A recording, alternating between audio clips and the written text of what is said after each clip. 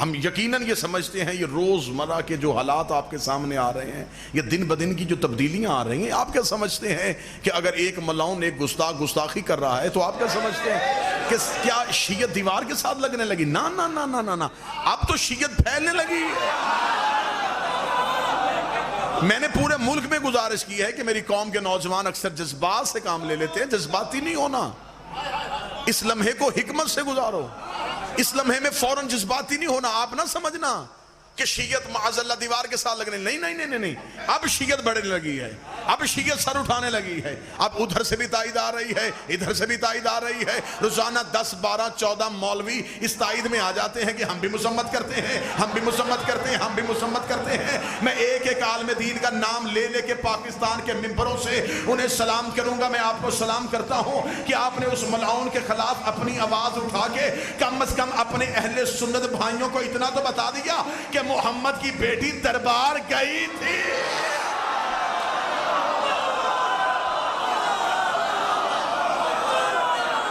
اس سے پہلے تو صرف انکار تھا، اس سے پہلے تو صرف تردید تھی کہ یہ کیسے ہو سکتا ہے کہ وہ جائیں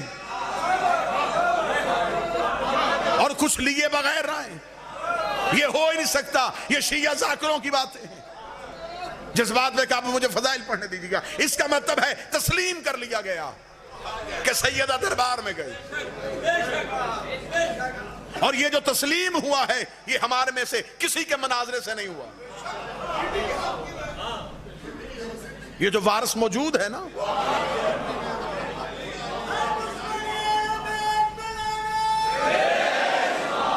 شیعت ہمارے چلانے سے نہیں چل رہی، ہم نے شیعت کو زندہ نہیں رکھا ہوا۔ ہمارے بس میں ہو تو جس قدر تضادات ہم میں ہیں، ہم تو آج مذہب کی دیواریں گرا دیں۔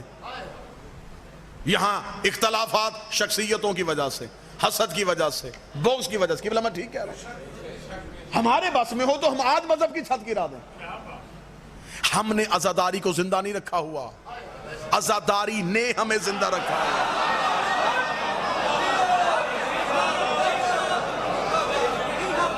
ہم نے ماتم کو نہیں قائم کیا ہوا،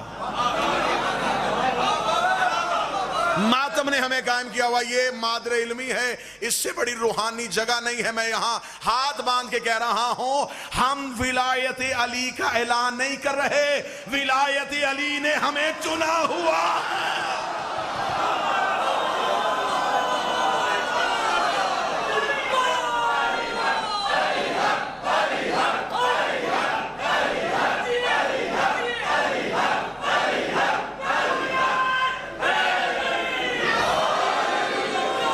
بسم اللہ سرکار، ہم کب ہاں، ہمارے بس میں کیا ہے؟ یہ تو ولایت علی کا کرم ہے کہ اس نے ہمارا انتخاب کر لیا، اس نے ہمیں چن لیا، اس نے جھونپڑیوں میں بیٹھے ہوئے لوگوں کو چن لیا، محلوں والوں کو چھوڑ دیا۔ ہمیں اکثریتوں سے غرض نہیں ہے، قطعاً کبھی بھی شیعت اکثریت میں نہیں رہی، نہ آج آپ اکثریت کا لالچ کیجئے گا۔ اکثریت ہمارے ساتھ ہو، زیادہ رش ہمارے ساتھ ہو، ہمیں مجمع نہیں چاہیے، ہمیں جسم نہیں چاہیے، سر چاہیے۔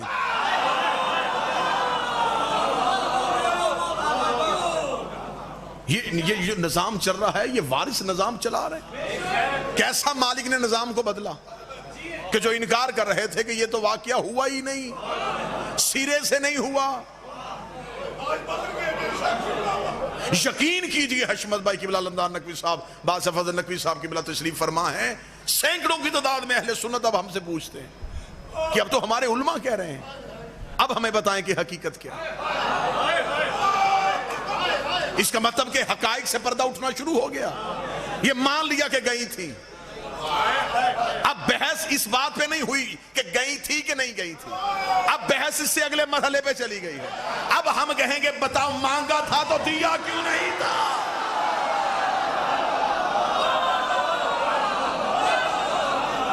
اب بحث اگلے سینے میں چلی گئی ہے۔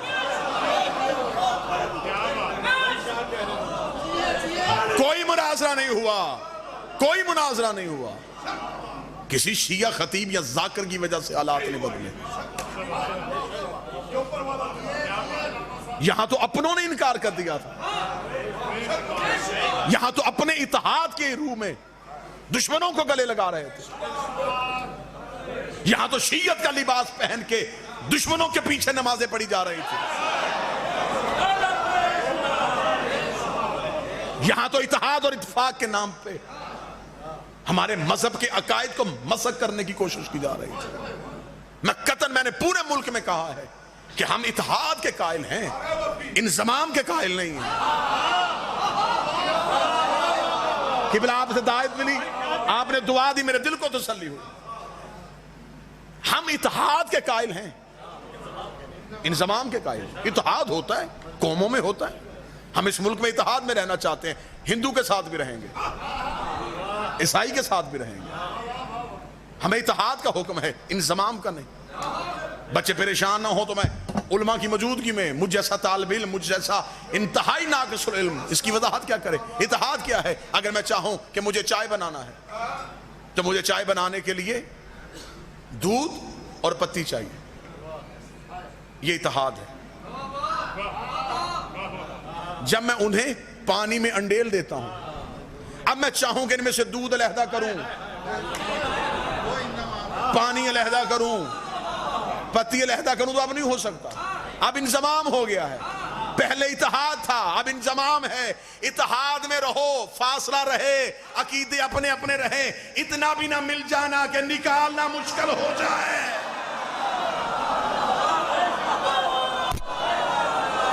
اتنا بھی نہ مل جانا کہ یہ بھی نہ پتہ چلے کہ تمہارا عقیدہ کون سا. یہ تو مالک نے نظام تبدیل کیا. شیعت کا لبادہ اوڑھ کے لوگ مذہب آل محمد کی چیزوں کا انکار کرتے چلے آ رہے تھے. ایک پورا لشکر, ایک پوری سازش. مجھے خبر ہے یہ جو الفاظ میں ادا کر رہا ہوں, میں اس کی ذمہ داری بھی لے رہا ہوں, اور مجھے خبر ہے کہ اس کے نتائج مجھے کس صورت میں بھگتنے پڑیں گے. اور مولا امام حسین کی عزت کی قسم, میں 13 سال سے اس کے نتائج بھگت رہا ہوں.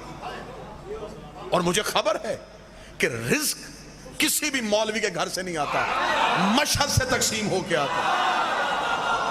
میرا 8واں شہنشاہ میرا ضامن ہے. مجھے خبر ہے کہ اگر یہ آواز ملک کے ممبروں سے میں نے بلند کی ہے تو آنے والے محرم میں میرے خلاف کیا کیا سازشیں ہو رہی ہیں.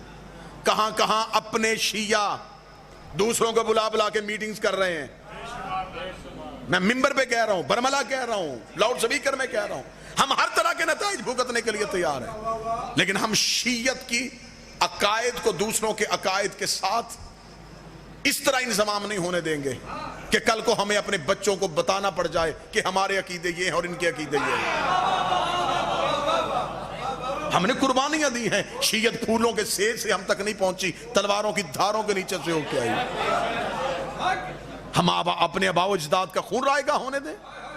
ہم اپنے ان علماء اکرام کی محنتوں کو سلب ہونے دیں جنہوں نے مذہب پھیلانے کے لیے کہیں. اس کا مطلب ہے کہ دشمن ہمیں دیوار سے لگانے کی کوشش کر رہا. امام نے نظام کو تبدیل کیا, صاحب الزمان نے ایسا تبدیل کیا کہ اب بحث پہلے مرحلے سے خود ہی نکل گئی, اب دوسرے مرحلے پہ آ گئی. اب آج بچے ہمیں کہتے ہیں کہ گرفتاری کیوں نہیں ہو رہی, مقدمہ کیوں نہیں چل رہا. ہمیں خبر ہے اس کیس کا ٹرائل کبھی بھی نہیں ہوگا. یہ داخلے دفتر ہو جائے گا, یہ الماریوں میں بند ہو جائے گا. اس ملعون سے خباثت ہو گئی. اب مولوی سر پکڑ کے بیٹھ گئے ہیں کہ اس جہل نے اپنا بچانے کے لیے ہمیں ڈبو دیا. اگر یہ مقدمہ عدالت میں چلا گیا تو پھر بڑے بڑوں کے سروں سے تاج واپس لینے پڑیں گے.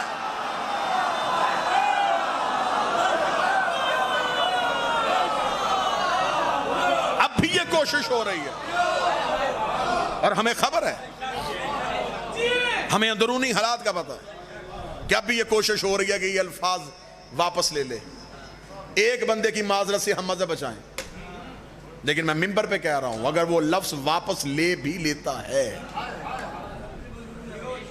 تو یہ نہیں ہے کہ ہم یہ جذباتی قوم ہیں کہ ایک دن بے شمار کہیں اور اگلے دن کہیں چلیں جی ٹھیک ہے جی. اب اس نے جو کہا ہے اس کی تائید میں جو جو اٹھے ہیں, جہاں جہاں سے اس کی حمایت ہوئی ہے, جہاں جہاں سے اس کے حق میں بولا گیا ہے.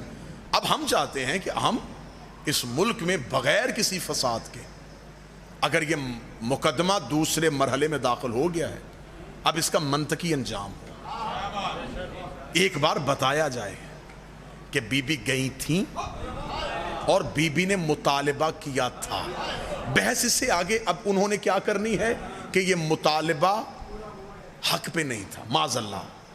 اگر وہ کہیں گے حق پہ نہیں تھا، پھر اس سے اگلا مرحلہ شروع ہوگا کہ علی ادھر کھڑے تھے یا ادھر کھڑے تھے۔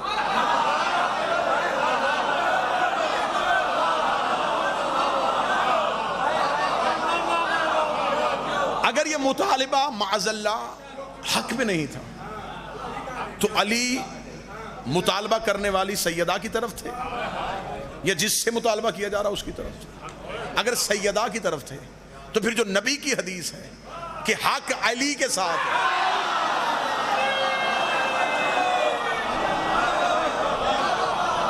اس کے بڑے منہ نکلیں گے، اس کیس کے بڑے منہ نکلیں گے۔ اس مولاؤں نے اگر یہ کہا ہے کہ معاذ اللہ مطالبہ خطا پہ تھا، تو اگر قانون سمجھنے والے کوئی وکلا بیٹھے ہوں، ایڈوکیٹس بیٹھے ہوں، ججز بیٹھے ہوں، تو وہ میری گواہی دیں گے کہ اگر ہم یہ کہیں گے کہ معاذ اللہ دعویٰ خطا پہ تھا تو اس کا مطلب گواہیاں خطا پہ تھی، تو پھر صرف ایک شخصیت نہیں آئے گی، پھر 3 گواہیاں سیدہ کی طرف سے گئی ہیں، معصوموں کی، امیر المومنین کی، حسنین کی۔ اگر دعویٰ خطا پہ تھا، گواہیاں خطا پہ ہو گئیں۔ اگر گواہیاں خطا پہ ہو گئیں تو علی بطور گواہ موجود ہیں۔ اگر معاذ اللہ علی کی گواہی خطا پہ تھی، پھر علی تمہارا چوتھا خلیفہ راشد کیسے بن گیا؟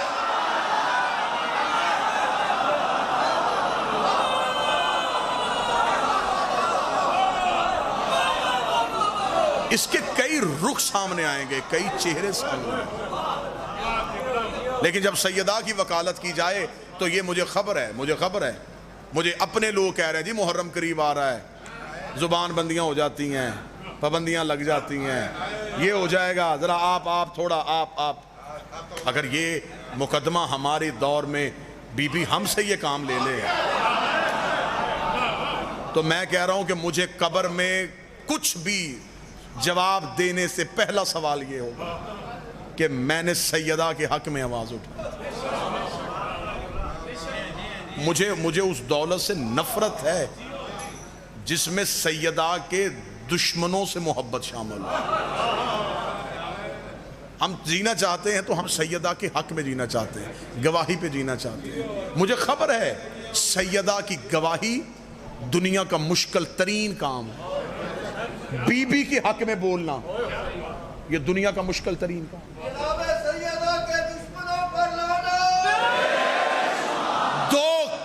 مذہب اسلام کے مشکل ترین ہے، ولایت علی، حق زہرا۔ ایک بی بی کا فدق، ایک علی کا غدیر۔ قبلہ مرحوم مبلغ اعظم اسماعیل علیہ مقامہ کہا کرتے تھے، شیعو 2 چیزیں اپنے بچوں کو رٹا دو، ایک غدیر، ایک فدق۔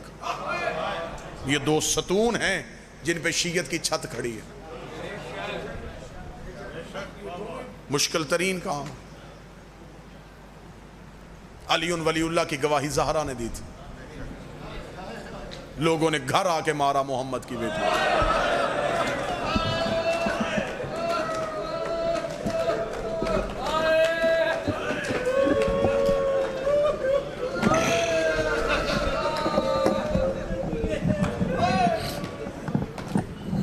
موسم بھی خراب ہو رہا ہے اور اذان مغرب کا وقت بھی قریب ہے۔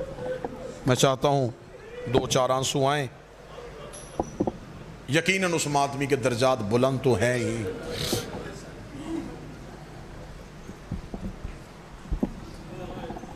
کتنی حسرت تھی حسین کی ماں کی کہ کوئی میرے بیٹے کو روئے۔ علمدار بھائی، آپ کو اپنے بھائی کے بچھڑنے کا غم ہے، اس کے انجام کی فکر نہیں ہے۔ یقیناً اس کے سر پہ کماں کے زخم کا نشان دیکھ کے کتنی بار اسے زہرا نے دعا دی ہوگی۔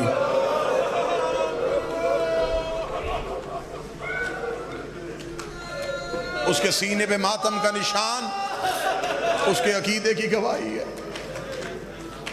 سیدہ ہمیں موت آئے تو تیرے حق میں آئے، بی بی ہمیں موت آئے تو علی کی ولایت پہ آئے، ہم بیماریوں سے لڑ کے مرنا نہیں چاہتے، زہرا ہمیں موت دے تو اپنے حق پہ دے۔ آج 1400 سال کے بعد بھی مسلمانوں کے دل کی بھڑاس ختم نہیں ہوئی۔ 4 گھنٹے کھڑا کیا ہے تم نے محمد کی بیٹی۔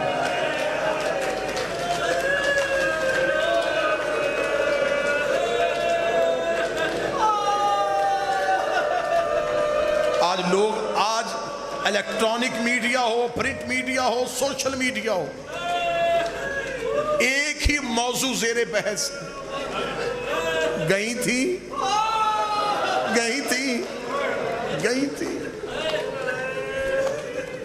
اور یہ ایک سوال اتنے لوگوں کو شیعہ کر دے گا نا جی۔ جاؤ سروے کر کے دیکھ لو، آج جتنے بھی نئے شیعہ ہوئے لوگ ہیں وہ خیبر پڑھ کے شیعہ نہیں ہوتے۔ کسی نئے شیعہ کے سر پہ قرآن رکھ کے پوچھ، تیرے باپ دادا سنی تھے، دیوبندی تھے، تو شیعہ کیوں ہوا؟ وہ ایک ہی بار کہے گا زہرا کا حق۔ شیعہ کر گیا مجھے محمد کی بیٹی کا دربار میں جانا۔ اس ایک سوال کی کتنی اہمیت ہے، میں مصائب اسی میں پڑھ دوں گا، میں اسی میں مصائب پڑھ دوں گا۔ قبلہ مرحوم مبلغ اعظم اسماعیل علیہ مقام ہوئے ایک مناظرے پہ گئے تھے، مناظرے کا موضوع ہی حق زہرا تھا۔ جو مناظرے کا ثالث تھا وہ اہل سنت، اسے ثالث اس لیے منتخب کیا تھا کہ وہ متعصب نہیں تھا ان پڑھ، فیصلہ حق میں کرتا تھا۔ دونوں طرف سے کتابیں کھل گئیں، دونوں طرف سے روایات دکھانی شروع ہو گئیں، ظہر کی اذان ہو گئی، مناظرہ رکا، نماز کے بعد پھر مناظرہ ہوگا۔ مخالف مولوی نماز پڑھانے کے لیے مسجد میں گیا، اس کے بالکل پیچھے جا کے وہ چودھری عاشق کھڑا ہو گیا۔ نماز ختم ہوئی، اس نے نمازیوں سے کہا سارے مسجد سے باہر جاؤ۔ سارے مسجد سے باہر گئے، اس نے مسجد کے دروازہ بند کیا، کنڈی لگا کے اس نے مولوی کے سامنے آ کے کہا، اس نے کہا مولوی دیکھ، تو کہتا تھا کہ نبی کی بیٹی دربار نہیں گئی، شیعہ کہتے تھے نبی کی بیٹی گئی، انہوں نے بلا لیا ہے اپنا مولوی، وہ کتابوں کے بکسے لے کے آ گیا ہے، تو بھی کتابیں لے کے بیٹھا ہے، تو اپنی کتاب دکھاتا ہے، وہ اپنی کتاب دکھاتا ہے، میں ان پڑھ آدمی ہوں، مجھے تمہاری کتابیں سمجھ میں نہیں آ رہی، میرا دل پھٹنے کے قریب آ رہا ہے، یہ کسی عام مسئلہ نہیں ہے، ورنہ میں نے پنچایتوں میں بیٹھ کے قتل کے فیصلے لمحوں میں کر دیے ہیں، یہ فیصلہ بڑا سخت ہے، مجھ سے یہ فیصلہ ہونا نہیں ہے، اکیلے بیٹھے ہیں اللہ کے گھر میں، میں تیرے قدموں پہ ہاتھ رکھ کے تجھ سے ایک سوال پوچھتا ہوں، میں ابھی جا کے پورا مناظرہ ختم کروا دیتا ہوں، مجھے صرف اتنا بتا محمد کی بیٹی دربار گئی تھی؟ اتنا کہنا تھا، یا مولوی دے کے کہتا چاچا عاشق نبی کی بیٹی کا بنتا نہیں تھا، اسے کہا میں نے پوچھا ہی نہیں بنتا تھا کہ نہیں بنتا تھا، مجھے صرف اتنا بتا گئی تھی؟ اسے کہا ہاں چاچا عاشق گئی تھی، کلیجے پہ ہاتھ رکھ کے اٹھا، رو کے لگا جلدی بتا واپس خالی آئی تھی یا کچھ لے کے آئی تھی؟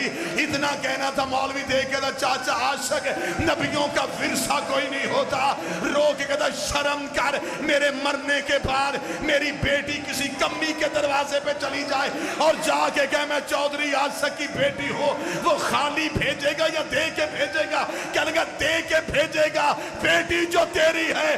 اس نے منہ پہ ماتم کر کے کہا میری بیٹی کا حیا کرتے ہو، محمد کی بیٹی کا کسی نے حیا نہیں کیا، چلی جو گئی تھی، نہیں بھی بنتا تھا، چلی جو گئی تھی، نہیں بنتا تھا، کبھی کسی نے بیٹیاں بھی خالی بھیجی؟ یہ کہہ کے روتا ہوا، پگڑی اس کی گری ہوئی، حشمت بھائیہ ماتمیہ چیختا ہوا نکلا، مسجد کا دروازہ کھولا، ڈیرے پہ مولوی اسماعیل بیٹھے تھے، مولوی اسماعیل کے قدموں میں جا کے تھا، مولوی اسماعیل کتابیں بند کر دے مناظرہ۔ مجھے پتا چل گیا نبی کی بیٹی سچی تھی، نبی کی بیٹی سچی تھی۔ مجھے بتا جب دربار سے خالی آئی ہے تو بی بی ناراض ہو گئی تھی؟ جب کہ نا بی بی ناراض ہو گئی تھی، مولوی اسماعیل نے کہا صرف ناراض ہوئی تھی، محمد کی بیٹی کے سر کے بال سفید ہو گئے تھے، نبی کی بیٹی کی کمر جھک گئی تھی، اگلے 1 منٹ بعد میں منبر چھوڑنے لگا ہوں، میں وہ جملہ پڑھنے لگا ہوں جس جملے پہ مدرسوں میں قیامت آ جاتی ہے۔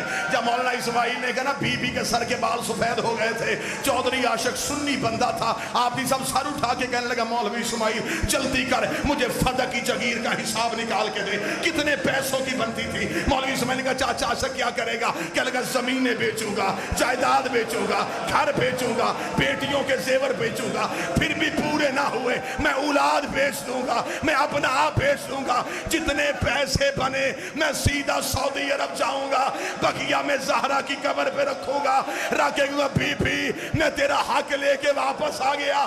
اتنا کہنا مولوی اسماعیل نے زمین سے پڑے ہوئے کو اٹھایا، روکے گا بی بی جگیر کے لیے بال سفید نہیں کیے، کہنے لگا پھر ہوا کیا تھا؟